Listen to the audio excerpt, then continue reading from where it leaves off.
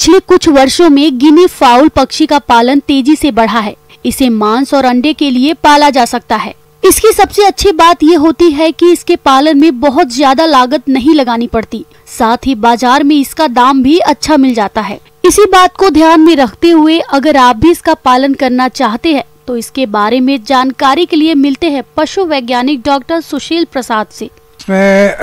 जब हम पोल्ट्री की बात करते हैं, पोल्ट्री खास तौर से आम तौर पर लोग पोल्ट्री कहते हैं, मुर्गी के लिए सिर्फ करते हैं, लेकिन पोल्ट्री कहने का तात्पर्य हमारा सिर्फ मुर्गियों से ही संबंधित नहीं है। इसके अंदर में बत्तख भी है, टर्की भी है, गिनिया फाउल जिसको चाइना मुर्गी कहते हैं वो भी है, या तेतरी भी कहा जाता है।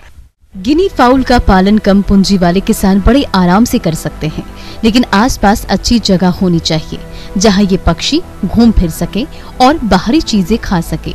इससे इनके आहार का खर्च भी कम हो जाता है और तेजी से विकास भी होता है, जो खास तौर से उन किसान भाइयों के लिए बहुत ही लाभदायक है जहां पर चरने की व्यवस्था हो, क्योंकि ये चाइना मुर्गी यानी गिनी फाउल एक ऐसा पक्षी है जो कि स्कैवेंजिंग कहते हैं, जिसको हम चरने के इसमें अगर आपके पास कोई घेरा हो उसके अंदर में रख करके चरा करके इसका पालन कर सकते। इस पक्षी को अर्ध सघन बिछाली अव्यवस्था में पालना सही रहता है। यह बहुत चंचल पक्षी होता है और घूमते रहना पसंद करते हैं, इसलिए इनके आवास में अच्छी जगह होना जरूरी होता है। तो गिनी फाउल आजकल पहले ये कहीं कहीं पर देखने को मिलता था, लेकिन अब इसका पालन भी मुर्गियों की तरह ही किया जा रहा है। तो गिनी फाउल के में अंडा देने की क्षमता भी अधिक है, लेकिन ये मौसमी अंडा देने वाली पक्षी हैं।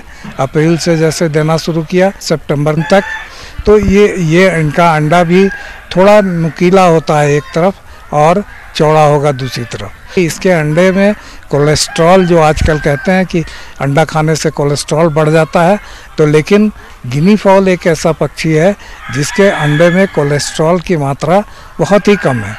दूसरी बात है कि मार्केट की जहाँ तक बात है, तो मार्केट में अब जो है इसका मीट भी इसका आपको खास करके जो लोग खस्सी का मीट पसंद करते हैं, तो उस तरह से ये खस्सी और मुर्गे के मीट के बीच के तरह का आपको इसमें ये इसका मीट होता है, इसलिए इसका डिमांड भी धीरे धीरे बढ़ रहा है। जो भी मुर्गी पालक इससे जुड़ना चाहेंगे वो जुड़ सकते हैं। इसका मांस और अंडा रुचिकर होता है और कोलेस्ट्रॉल कम होने के कारण इसकी मांग अच्छी रहती है। ऐसे में आपको मांस या अंडा बेचने में समस्या भी नहीं आएगी। इसके 3 वैरायटी हैं। 3 वैरायटी में एक वैरायटी जो कि आप ज़्यादातर जगहों पर आप देखते होंगे कि चितकबरा टाइप का होता है, जैसे काला है उस पर सफ़ेद बिंदा बिंदा करके होगा, तो ये वैरायटी का नाम है पर्ल। दूसरा होता है एक सफ़ेद गिनी फाउल होता है जिसे हम कहते हैं वाइट, और एक स्लेटी कलर का होता है जिसे हम कहते हैं लेवेंडर। तो ये 3 प्रजातियां इसकी है, इनके रंग के आधार पर ही इनका नाम रखा गया है।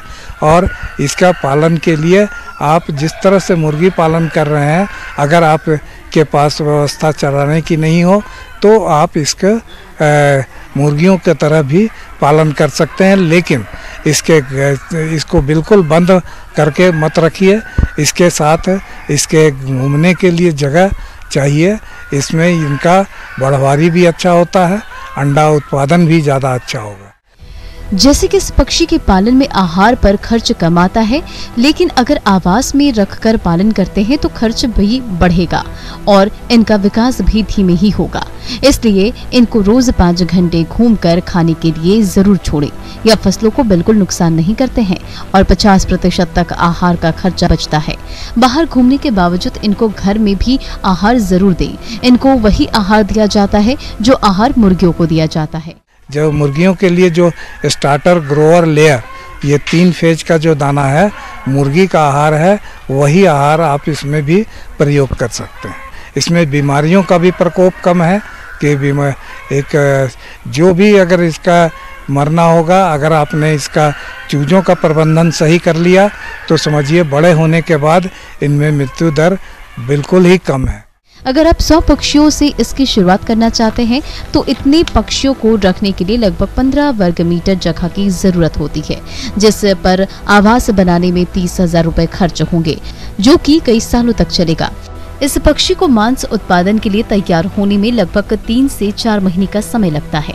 इस दौरान एक पक्षी पर ब्रूडर, चूजे, खाने के बर्तन, आहार, बिजली, दवा और अन्य कार्यों पर लगभग 75 रुपए खर्च होते हैं।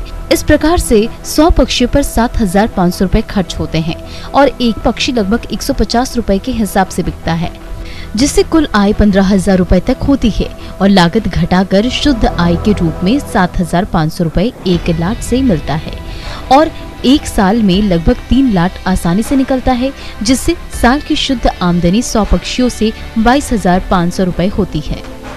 इसके अलावा आप चाहे तो इनसे अंडा उत्पादन ले सकते हैं। 7 से 8 महीने के बाद अंडे का उत्पादन होने लगता है और एक साल में लगभग 100 अंडों का उत्पादन होता है और एक मादा 3 साल तक अंडे देती है, जो कि अपने जीवन काल में लगभग 250 से अधिक अंडे देती है। इससे भी मुनाफा ले सकते हैं और इसके अलावा इनसे हैचिंग कराकर चूजों का खुद पालन कर सकते हैं और इन्हें बेचकर मुनाफा भी कमा सकते हैं।